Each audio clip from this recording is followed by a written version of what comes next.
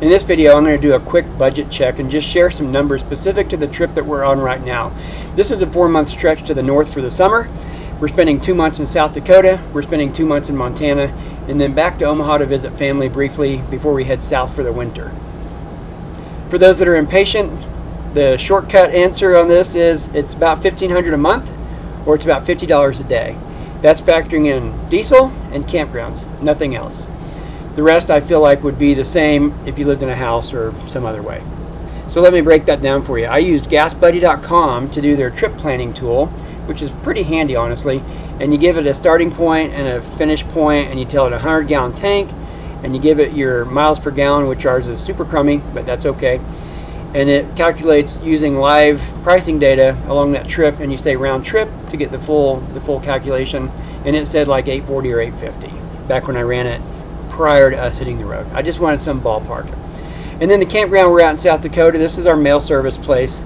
So our driver's license has this address on it, and it's our legal state of domicile, and as a customer we get a better monthly rate than a non-customer would. So about $650 a month on average for these 2 months. You may not know, but if you're paying monthly rates at a campground, electricity is typically not included. Sometimes it is, and I'll mention that next or soon. But at this place it is metered, which means when you check in they read the meter, and when you check out they read the meter, and they charge you month by month for the actual usage. Me being me, I take a picture before I plug in of the meter, because honestly 30% of the time at least they've made errors. And I don't feel like it's on purpose, but it's a lot of turnover with some of the staff sometimes or whatever. But when I have a picture with a date and timestamp of my meter, that helps them fix the errors. Whether it's in their advantage or my advantage, I don't care. I just want it to be right. So anyway, about $150 a month is going to be our electric costs here. So $1,300 for the campsite and our $300 for the electric. That's $1,600 for the South Dakota stay for 2 months. And then without getting into a lot of detail, we're staying in Kalispell, Montana, which is very close to Glacier. And it's expensive up there, it really is. We really went back and forth on whether or not we wanted to bite that off and pay that much to be there, but it's Glacier. I mean, you got to do it.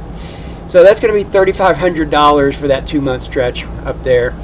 The beauty is that includes electricity. So, and again, me being me, I raised my hand and asked the lady on the phone, can we charge our car? We drive a Tesla. And she said, absolutely, we fully support you charging your car here.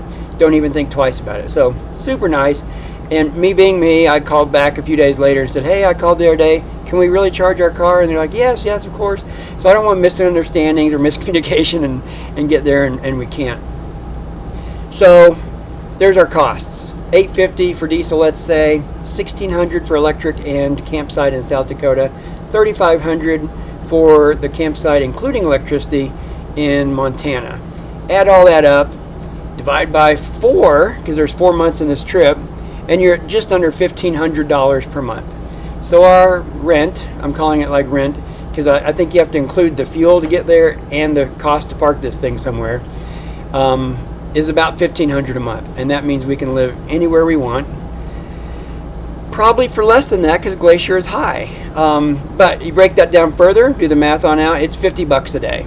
So I don't know many hotels that are $50 a day. I haven't done an Airbnb in a while, but I've heard the prices have only gone up, and they're more expensive than hotels now. But I don't think you can stay many places for $50 a day, except maybe friends or family, or if you're doing house sitting or some clever life hack like that. But $50 a day, $1,500 a month, and we're staying at these neat places that in the evenings and on the weekends, whenever we feel like it, we go drive through Custer State Park and see the wildlife, or we drive over to the Badlands, and we repeat our trips to places because we're here.